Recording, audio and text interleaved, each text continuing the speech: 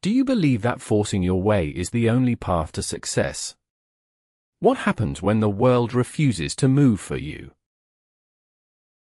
Eli and Roy were brothers. They were both obsessed with the same stretch of Silver Creek that ran through their land. The creek twisted around old rocks and flooded the lower fields every spring. Eli thought the creek was an enemy to defeat. He spent his mornings hauling heavy stones. He piled them into the banks to force the water into a straight line. He wanted a perfect channel to protect his crops. He hammered wooden stakes into the mud until his hands bled. He refused to let the water move even an inch. Roy thought the creek was a puzzle to solve. He spent his time digging deep trenches through the fields. He tried to trick the water into following his path. He spent his savings on iron pipes and gates. He was sure that if he built a strong system, he could control exactly where the water flowed. The brothers rarely spoke. Each thought the other's method was foolish. They worked in silence and only argued when the creek broke through their latest projects. One autumn, the rain did not stop for 3 weeks. The creek turned into a raging, muddy flood. Eli was out in the rain, working hard to reinforce his stone wall. He pushed against the current with an aching back. He shouted at the water to stay in the channel he had built. Nearby, Roy struggled to open his iron gates.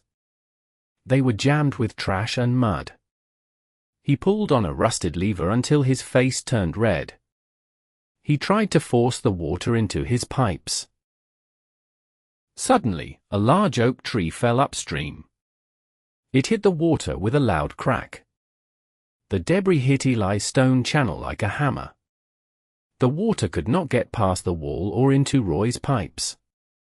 It surged upward. It tore through Eli's stone walls and smashed Roy's iron gates as if they were paper. Both men fell into the mud from the force of the water. They sat in the wet grass and gasped for air. They watched their structures disappear under the rising water. The creek was now free. It widened and spilled out, carving a new path that went around the fields and the construction. The water slowed down as it spread across the flat land. It did not destroy anything else. Eli looked at the water flowing gently through the field. He stood up and picked up a shovel.